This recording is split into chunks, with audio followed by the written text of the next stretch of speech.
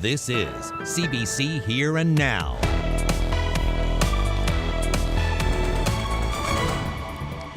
After being able to avoid COVID for the past 22 months, the first cases were discovered here at the gathering place. We long expected that we'd have a case creep into the gathering place long before now. I'm Jeremy Eaton, and I'll have that story coming up on Here and Now. The Wabush Airport has been without a fire department since August 2020.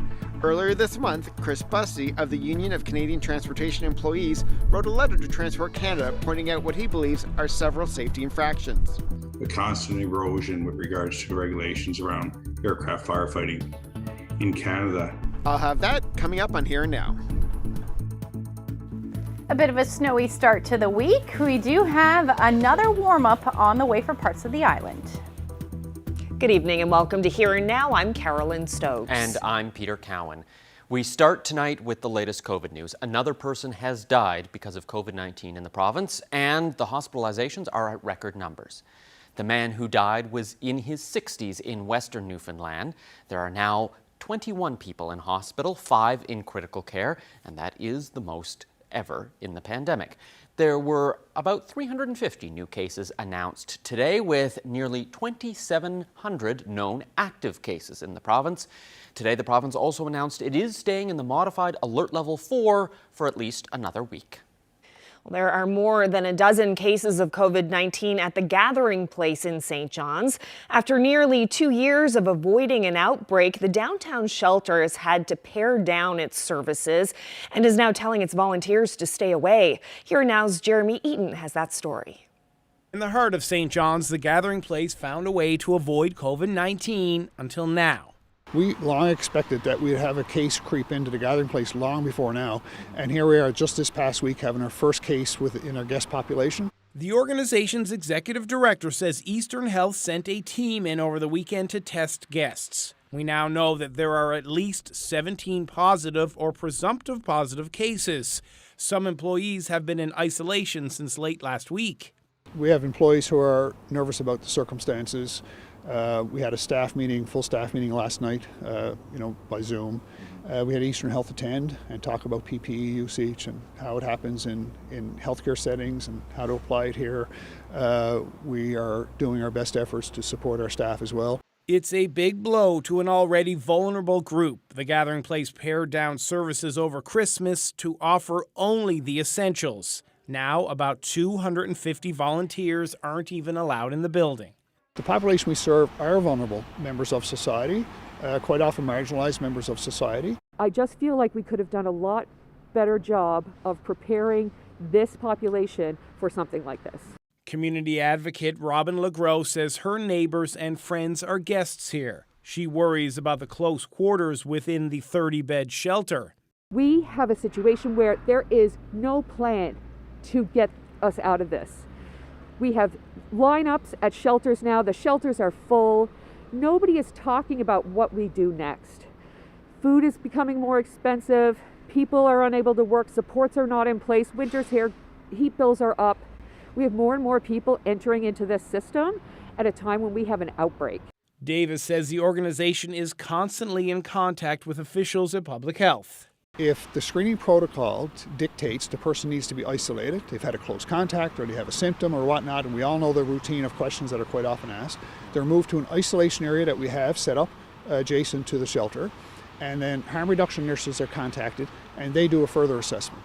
Another group, End Homelessness St. John's, is operating what it calls a COVID hotel to help house those who need to isolate.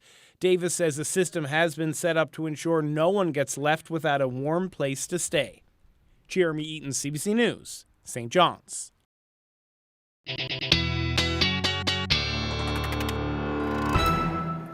Hopefully you got out to enjoy the nice weather on Saturday out there across the board. And then we saw all that snow on Sunday, mainly for eastern areas of the island. But let's take a look at the snowfall totals for some of those locations.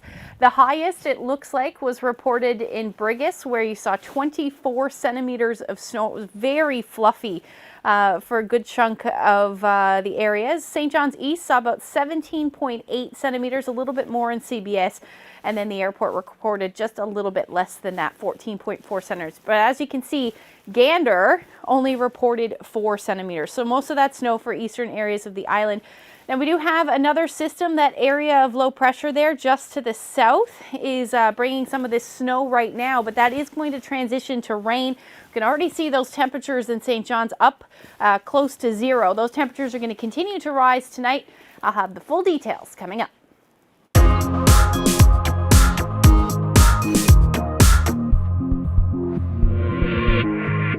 Tomorrow is a big day. Families throughout the province are nervously preparing for students to go back to school tomorrow. Rapid tests at home and masks in the classroom will help protect students and teachers. Still, many are worried, and some parents have decided the risks are just too high. We spoke with a grade 12 student and a parent of a grade 2 student this afternoon. Hi, I'm Heidi Pike. I live in Terra Nova and I go to Glovertown Academy. I'm a bit nervous because we haven't been in school in a month, and the COVID cases are still kind of high, and we have the rapid test, but not everyone's going to do the rapid test. We all know that. So people can still come to school with COVID, and even though you're wearing a mask, whatever, we're not 6 feet apart because our classroom is really small. So the desks are right next to each other, and there's 25 of us in the same room, and all the desks are touching. So it's just it's really easy for COVID to spread if someone has it. I'm excited to go back, to be able to actually, be taught the way that we're supposed to be taught and to see people and stuff. But I am still nervous of how it's all going to go. Hey, I'm Keith Muse. I'm a parent of grade 2 at Stephenville Primary. I'm feeling kind of anxious about it. I mean, it's something that we struggled with, but I mean, we're not going to send him. I just don't feel it's the time. He has his appointment for his second dose of vaccine tomorrow. So, I mean, it's right now is just not the time for us. I'm well aware of, the effects of him missing out on seeing his friends and things like that could have. However, I don't see how we could provide an environment in the school right now that's, going to be the mental health break, the rich interaction that he needs. So, a revolving door of, absenteeism and teachers being in and out and him worrying about catching the virus again because he did have it in May. I don't see how that's, giving the kids what they need, what they want sort of thing. If he happened to be a year behind and doesn't catch, a potentially damaging virus, then so be it. Well, many parents are making decisions tonight about how they're going to handle back to school tomorrow. What does it mean for you and your family? Will you be taking additional precautions? Will it change how you interact with others? We'd like to know, so please get in touch. Email us at hereandnow.nl@cbc.ca or send us a message on Twitter. Advocacy groups are calling on a number of education officials to undertake an anti-racism education reform. This comes after Here and Now reported about a junior high assignment that some called racist and xenophobic. As part of the assignment, students were asked to explain why immigrants and refugees should and should not be allowed into Canada. Here Now's Meg Roberts has been following this story and joins us now live. So, Meg, what are some of the things that advocacy groups are calling for here? Yeah, they say they really want education officials to take a serious look of examples of racism in the social studies curriculum and make changes for that to stop. Advocates say they've been calling for anti-racist curriculum changes for years now and feel like it's gone largely unheard. CBC News shared a story last week about an assignment that asked students to debate whether newcomers should be allowed in the province. University professors were concerned with suggestions in the textbook which opposed migration. Examples from the textbook said migrants can take jobs away from resident Canadians, that some immigrants draw on social welfare programs, and that increasing immigration changes the ethnic makeup of the country, which enhances racial tensions. Now, the Anti-Racism Coalition of Newfoundland and Labrador, along with a number of other organizations, have started a petition with over a dozen recommendations they would like to see education officials implement. On top of that, the number one recommendation is removing the textbook and the assignment from the curriculum. But they're also asking the Department of Education to hire a committee of racialized consultants to do a full review of the K-12 social studies curriculum. They want those individuals to develop an anti-racist curriculum framework that guides curriculum decisions, and they want to see a rewrite on course material. It also recommended providing professional development and training for current teachers from diverse communities who are interested in furthering their anti-racist learning, as well as anti-racist training for social studies curriculum, writers, and teachers. And they want to see the department establish paid anti-racist advisory board to monitor changes in the curriculum on an ongoing basis. The board would also be responsible for fielding complaints about racism in educational material. Now, I spoke with some of these advocates earlier today, and this is what they had to say. We shouldn't have been the ones who wrote this. I mean, we spent time to figure out, many of us are professionals in educational systems, but this particular list came out of frustration by community organizations to say, hey, look, you're not even at the beginning stages. Various types of immediate actions that can be looked at, can be implemented, which gives racialized communities the confidence that we are being heard, we are being valued. The harm is done, it is real. The people who have experienced bullying, who have experienced discrimination are real people right now, and there is an accountability that is owed to them, to the people who have been done harm, and that accountability in the form of very real commitments to the processes that take time is something that we need now. Department of Education says it has received the recommendations and has requested a meeting with the Anti-Racist Coalition. I'm certainly looking forward to having those discussions with the groups. There are literally hundreds of pieces of curriculum in our K-12 system.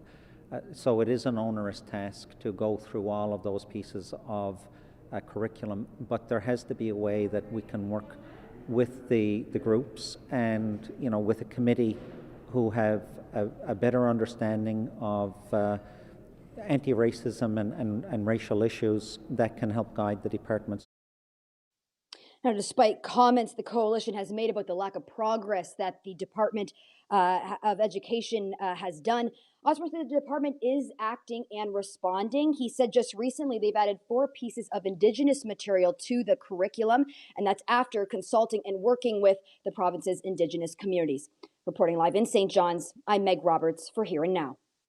The province is creating a committee to review the minimum wage. The committee will make non-binding recommendations about the process used to set and adjust minimum wage, and they have to deliver a report to the government by the end of April. The province says the committee will have a chair, 2 employer representatives, and 2 employee representatives. They say nearly 12,000 people in the province earn minimum wage, and 46% of them work full-time. The minimum wage is now $12.75. Well, in other news, police have charged a 36-year-old man with a number of firearm offenses. The RNC was in the Gosses Lane area of Torbay over the weekend. There were reports of a gunshot and a person possibly carrying a gun. Police asked people in the area to stay in their homes for a number of hours. In a Facebook post, the RNC says the matter was resolved peacefully. Police took the man into custody and charged him with 5 different gun offenses, assault, and breach of a release order. He was taken to hospital and will be in court at a later date. Well, to Western Labrador now, where politicians and unions say it's time for a full-time fire service at the Wabush Airport. They argue relying on local volunteer firefighters isn't safe. And that concern is ramping up again after last week's disruption at the St. John's Airport, where flights were grounded because there was no fire service. Here Now's Daryl Din reports from Wabush. Almost 2 years since this airport had a dedicated team of firefighters to deal with airport emergencies.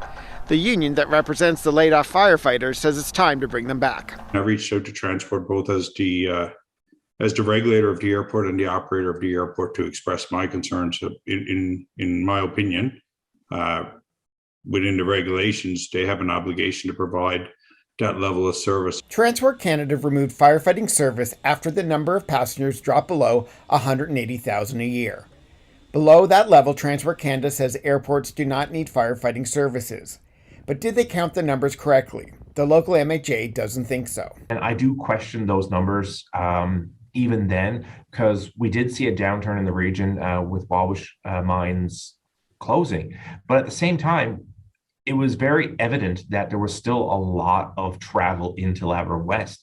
And we also seen a lot of travel from the Quebec side. So we do see a lot of travel into the region, but we don't really see how much it affects us because it's split between our side of the border and the Quebec side of the border. So, and we also know that they weren't actually tracking charter flights.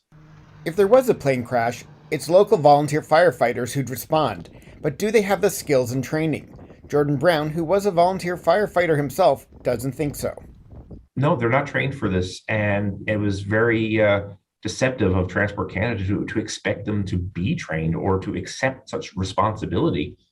And they had the service at the airport. They had the trained people at the airport, and they still chose to lay them off and eliminate the service when they had no plan in place to replace it. And that's the scary part. Unlike most airports in the province, the Wabush Airport isn't independent. It's run by Transport Canada. So what happens here is a federal responsibility. The federal member of parliament, Yvonne Jones, says it's time for a new audit to gauge the level of passenger service, including charter flights. But the union doesn't want to wait for a new audit. It wants the fire service restored now. I think they need to immediately restore the fire services at Wabush Airport, at least to the level they were prior to withdrawing the service. And I think they need to look at the size of the aircraft and the frequency, and not only the Canadian aviation regulations, but ICAO as well, and provide that level of service to the residents of the area they service as an airport operator. So what does Transport Canada say? It says right now the airport here is safe and meets all the regulatory requirements, but it's open to discussing the issue with the community. For those in Labrador West wondering why the St. John's Airport couldn't operate last week without a fire department, yet Wabush can, Transport Canada says it's about the amount of passengers. St. John's gets over 180,000 passengers a year and is required to have a fire department, while Wabush does not. Daryl Din, CBC News, Wabush.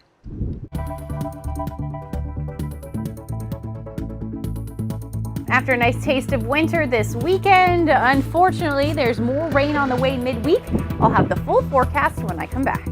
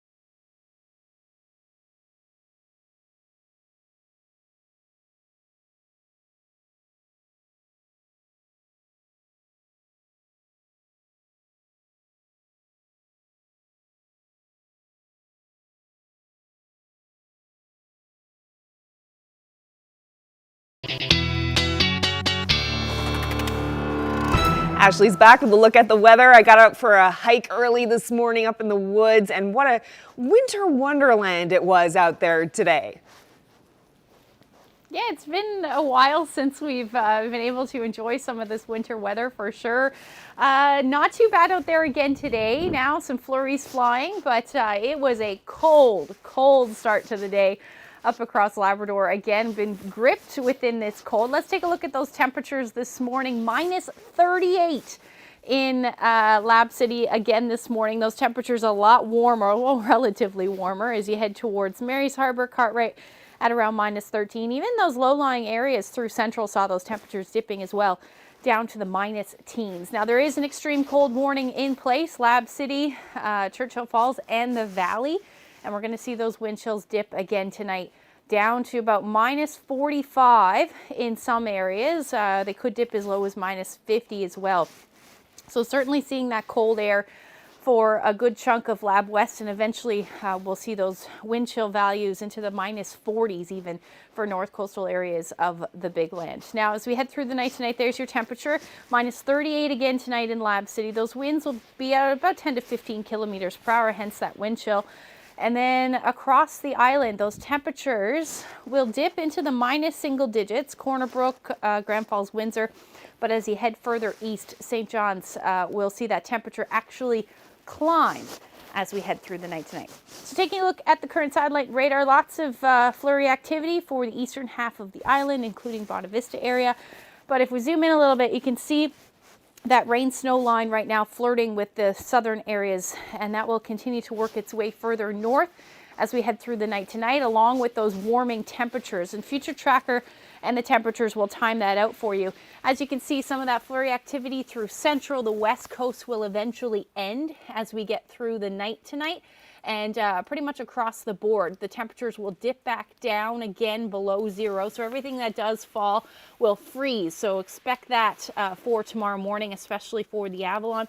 And then another clear night for most of Labrador as we get through the day, through the morning. Now tomorrow, going to be a beautiful day for the most part. Maybe some flurry activity on the West Coast in the first half of the day, but it does look like sunshine. And then the next system will roll in tomorrow night, and that will bring some snow with it, and eventually again through Wednesday morning transition through to rain. And it looks like we could see some significant rain for the eastern half of the island. Now gusts tonight as well, with some of this snow and then transition to rain. We may see some gusts in and around 50 to 60 kilometers per hour. It won't last very long because by the time we get into the morning hours, that wind will have died down. Snowfall amounts for tonight look the most significant in and around the Bonavista Peninsula, down through potentially the northwest Avalon. We could see a little bit more than 10 centimeters, but a good chance that the Bonavista Peninsula will see somewhere between 10 to 15. Otherwise, 5 to 10 centimeters, significantly less though in the metro area, probably only going to pick up about 2 to 5 centimeters.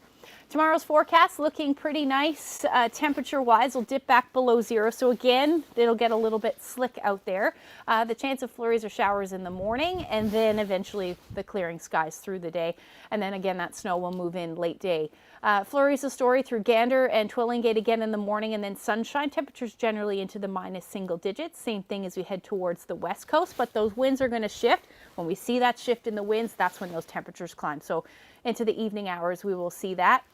Temperatures for the northern peninsula and southeastern portions of Labrador into the minus double digits, minus 10 for St. Anthony, Cartwright, down to minus 18. So another chilly day for you.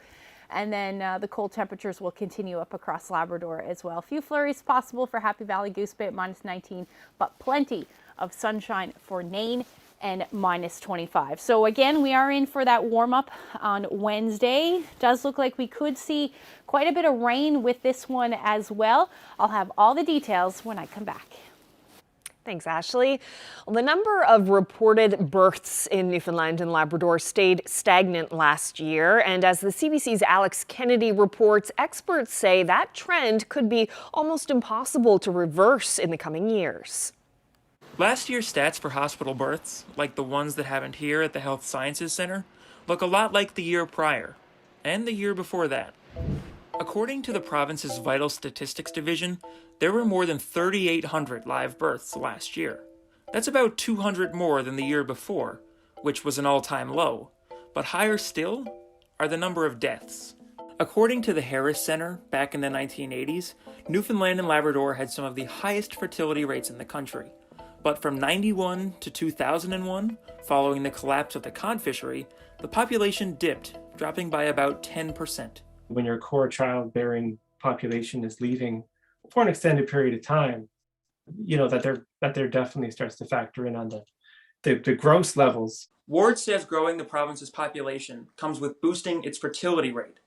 The province's population could hypothetically grow if the fertility rate were to rise to 2 or above, meaning 2 children for every childbearing person. But right now, at about 1.5 births per person, we're just not there yet. And there are a number of factors for that. Cost of living is definitely a high one on the list. It's expensive. Every person in your household obviously adds cost to multiple things. Laura Doyle is a mom of 3. She says childcare costs were a big consideration when it came to family planning. Even when we knew we were going to try for a 3rd child, we planned it so that our older 2 would be in school, because realistically having 3 children in daycare, and we were paying $40, $50 a day when they were younger before the new programs came in. But as the numbers show, families with 3 children, like the Doyles, aren't so common anymore. So where do we go from here? It's very, very hard, if not impossible, to reverse those trends. Harris Center Director Rob Greenwood says the province will need a lot of strings in its bow to help tackle the future population problem. While immigration is one avenue, he says it's also important to create policy to help keep those who are already living here in the province. It's much easier to work with the existing population who live here and work to make a better quality of life and a better labor market and better training and keep people from moving. Greenwood says those changes come with good governance, family-friendly policy, and being proactive around education, job training, and adaptation. And while it all sounds challenging, he remains an eternal optimist. A great place to be in my mind, and I don't plan on going anywhere else. Alex Kennedy, CBC News, Bay Bowls.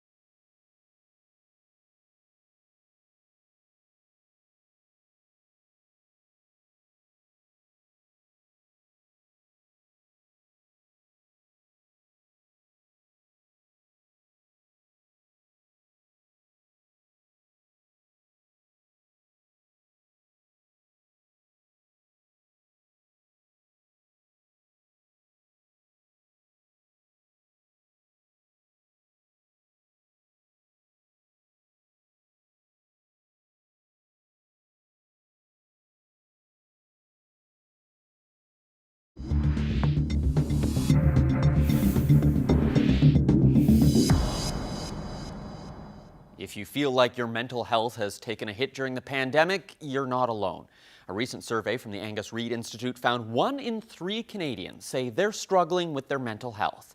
Half say alcohol abuse is an issue amongst their social circle, and about a third say they or someone in their household has received help from a mental health professional in the last year. Sashi Curl is the head of the Angus Reid Institute, and she's here to break down some of those findings. Thanks for joining us.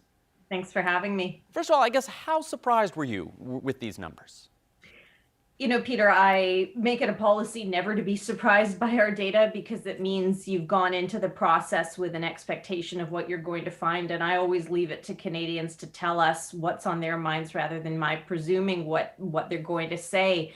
But I think that these data are pretty stark, and they represent not just a situation where Canadians, half say they feel fatigued.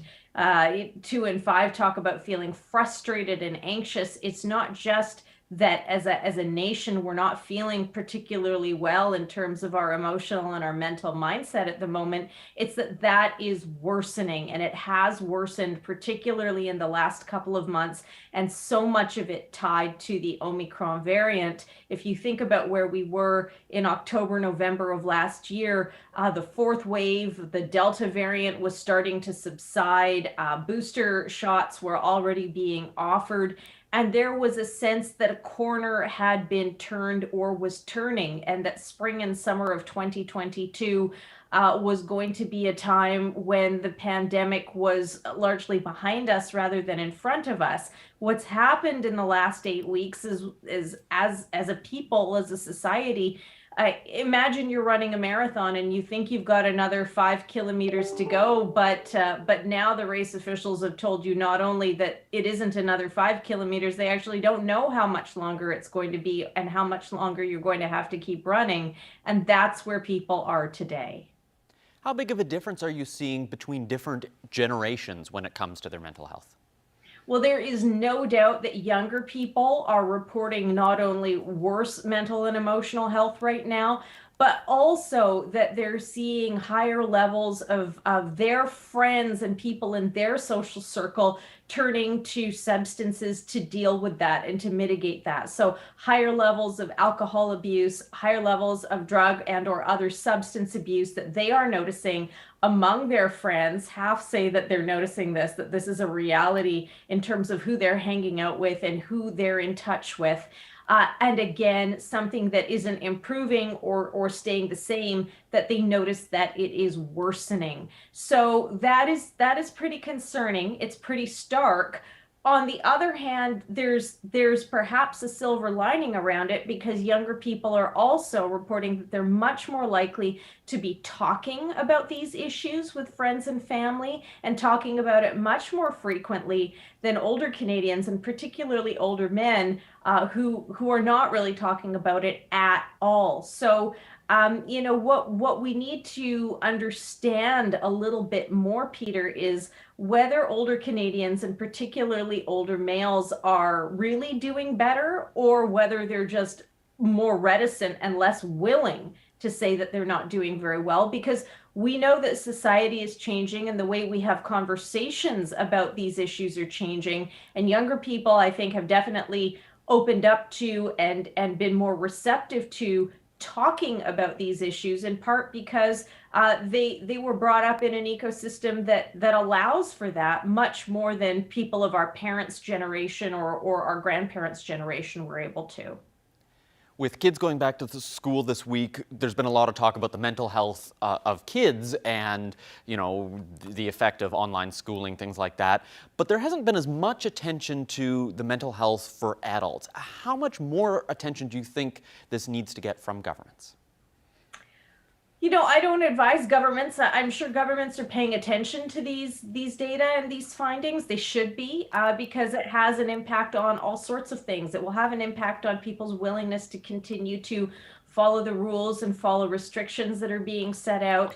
It has an impact on family life. It has an impact on so many aspects of everyday life: job retention, physical health. If your mental health isn't, I'm not a doctor or a psychologist, but we know that, if you're not feeling well in your mind, often, you're dealing with physical manifestations of that as well. It can have an impact on your actual health.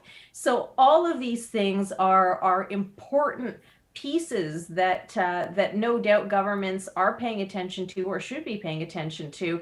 But how they respond to that, there are entire ministries dedicated to figuring that out, and I expect them to do that. Well, thank you very much for joining me and sharing some of your insights. Thanks for having me.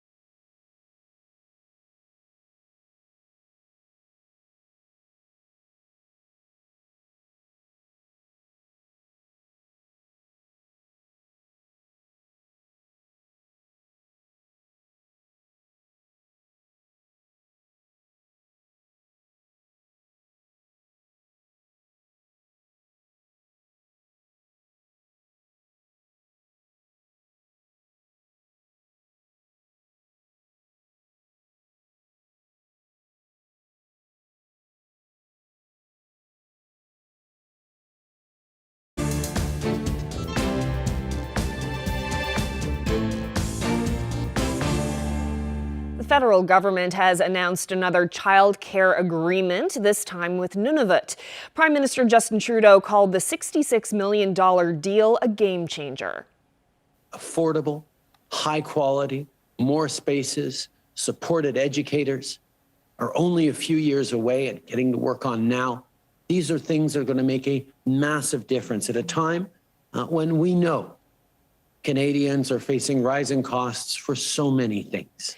It will cut fees in half by the end of this year and reach the target of $10 a day childcare by 2024. The deal will create 238 new licensed early learning and childcare spaces by the end of March 2026. Ontario is now the only Canadian jurisdiction that has not signed on to the program. Both Russia and NATO are boosting their military presence as tensions rise over Ukraine. The European Union is stepping up talks, proposing possible economic sanctions against Russia. When we say that the sanctions will be unbearable, they have to be unbearable, and that's the only deterrent. The Kremlin is increasing what it calls exercises in the region. In response, NATO is putting troops on standby and sending more aircraft and ships to the area. Key NATO members, Britain and the U.S., have started pulling diplomatic personnel out of Ukraine, and Americans are considering deploying troops. Canada isn't saying what plans are in place for our diplomats. But when it comes to troops, Canada has many as 915 of them deployed across Eastern and Central Europe as part of other NATO operations. The Prime Minister isn't saying whether more Canadian personnel will be sent to support Ukraine. We continue to demonstrate that we stand steadfastly by our friends in Ukraine. We will be there to continue to support Ukrainian people as we have over the past many years with military training missions, with direct support, economic, financial, with trade agreements, with strong people-to-people ties. We will continue to work closely with the government of Ukraine to ensure they get the support they need, and I'm sure there will be more announcements to come. Around the globe, people are taking a critical eye to public monuments and the controversial historical figures they honor. Now, in Italy, there's a debate over a push to pay tribute to a groundbreaking female scholar by adding her statue to an old boys' club. Megan Williams has that story.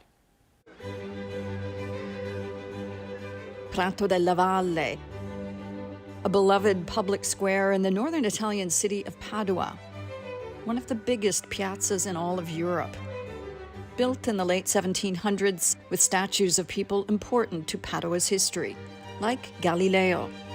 Now, more than 200 years later, a group of young Padua city councillors wants to insert into this pantheon of 78 men a statue of a remarkable and long overlooked woman. That historical figure is Elena Cornaro Piscopia. She's the first woman in the world to graduate from university with a PhD in philosophy in 1678. The only statue of her in all of Italy is here at the University of Padua. Margherita Colonello is one of the city councillors to propose a statue of Cornaro Piscopia be put on a pedestal left vacant when Napoleon's troops toppled some of the statues 2 centuries ago. So right now in our present, women are so important. They finally have their place. This University of Padua history professor agrees Italy needs more female statues and street names. But he says putting Cornaro Piscopia on an empty pedestal here would be a distortion of history. I think it's pretty dangerous to play a game with statues and places, and this is a cancel culture. So you have to explain monuments, not to destroy. Francesca Tomei is part of an association of cultural workers whose recent survey found of the thousands of public statues in Italy, only 200 are female. But it's not just the low numbers. They are representing how men used to see women. This may explain why most of these statues are beautiful and young, for example. Or used to glorify the talents of men, like the bust of 16th century poet Gaspara Stampa, the only woman in Padua's Prato della Valle, inserted at the feet of a male Renaissance sculptor. Padua City Council will vote on whether to raise Elena Cornaro Piscopia to new public heights at the end of the month. Megan Williams, CBC News, Padua.